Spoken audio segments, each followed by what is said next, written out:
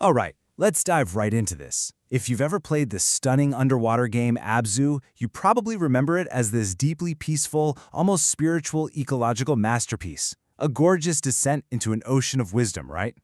Well, today, we're going to look a little closer at what's actually swimming beneath the surface. We're exploring a fascinating philosophical reading, specifically through the lens of Slavoj Žižek, that frames ABZÜ not just as a game about connecting with nature, but as a playable struggle between living, breathing multiplicity and cold geometric control. We're putting on our philosophical diving gear and taking a deep plunge into the game's obscene underside. And to kick things off, I want to ask you something directly. Who is the real monster in ABZÜ? Your immediate thought is probably the predator in the water, right? The shark. Or maybe that terrifying giant squid lurking in the dark.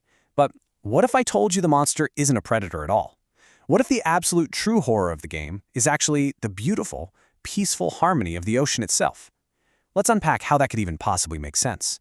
Think of this as our descent map for the explainer. First, the illusion of freedom. Second, enjoying the wounded ocean. Third, misjudging the true monsters. Fourth, the faceless capital machine. Fifth, reconstructing a fake past. And finally, the monster of harmony.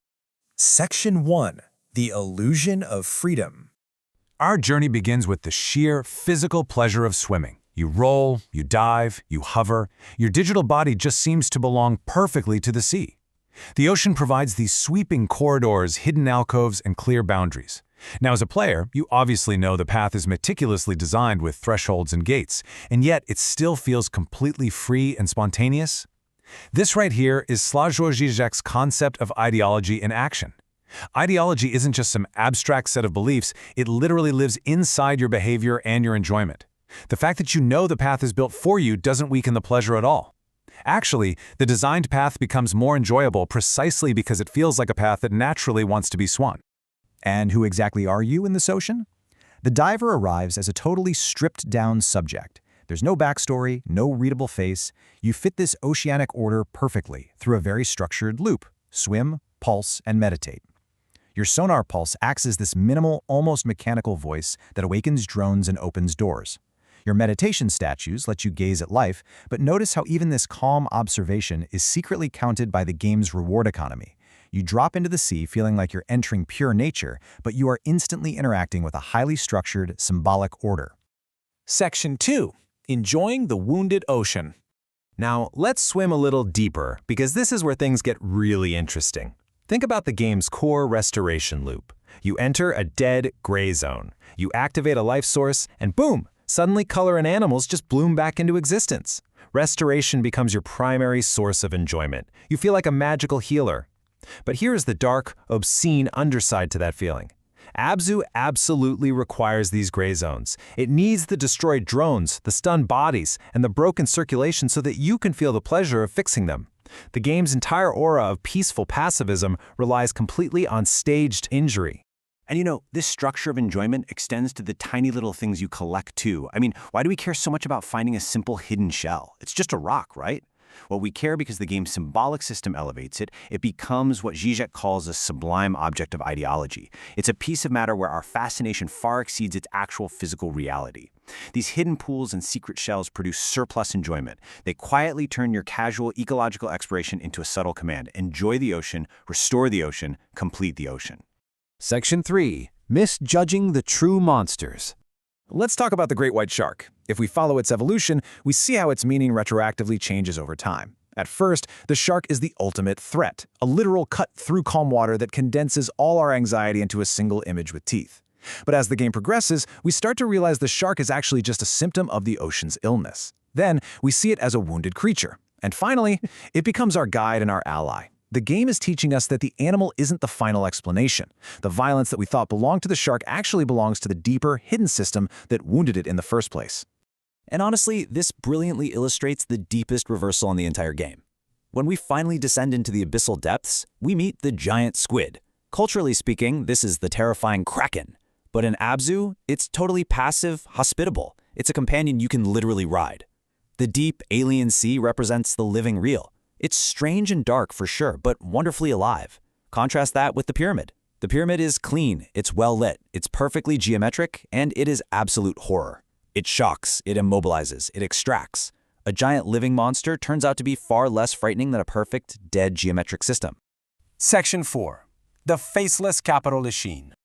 Descending into the traumatic center of the game, all that beautiful blue water is suddenly replaced by tunnels, factories, and this harsh, glowing orange light. Welcome to the Pyramid Machine. Notice exactly how it operates. There is no human owner. There's no spoken command, no evil villain giving a monologue. It is purely a system of subjectless command. It extracts energy without any visible ownership, and it delegates its violence to these automated, floating minds that act like tiny, punishing laws. It even uses bionic eels, which is basically animated deadness, showing us exactly what happens when the living, organic drive of the ocean is captured and turned into raw machinery.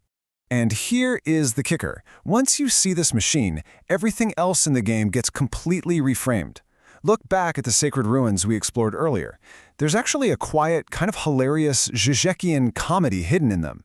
We walk around thinking we are in this ancient, profoundly spiritual space, but to actually open the sacred temple door, we literally have to pull a mechanical chain or turn a crank with the help of a friendly little drone. All that oceanic enchantment and ancient ritual fundamentally depends on stupid, material puzzle mechanisms. Behind the spiritual depth, there is always just a lever. Section 5. Reconstructing a fake past. So how exactly does the game resolve the massive trauma of that capital machine? Well, right after we pass through the pyramid, the environment is suddenly flooded with prehistoric life. Out of nowhere, you are swimming with creatures from deep evolutionary time, like the Anomalocaris. But pay attention to the timing here. These ancient creatures don't represent some pure, untouched past that we are simply returning to. They are retroactive origin. They arrive entirely after the trauma. The game constructs this ancient fullness as a desperate way to heal the wounded present.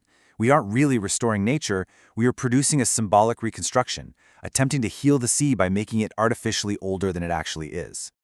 Section 6. The Monster of Harmony. By the time we reach the end, our whole understanding of the ocean's beauty has been flipped upside down.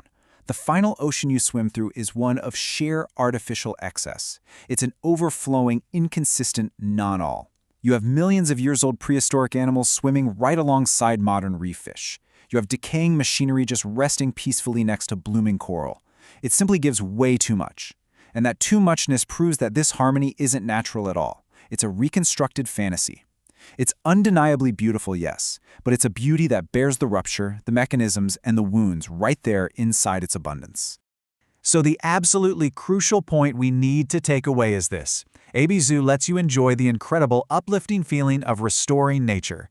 But it secretly shows you that this restoration strictly needs the dead zones, the mines, the collectibles, and the wounded shark just to appear as harmony in the first place. The real monster is not the shark. The monster is not the giant squid. If the ocean's perfect harmony fundamentally requires trauma and cold extraction machines to even be playable, is the real monster the harmony itself? I'll leave you to chew on that the next time you take a peaceful dive. Thanks for joining me for this explainer.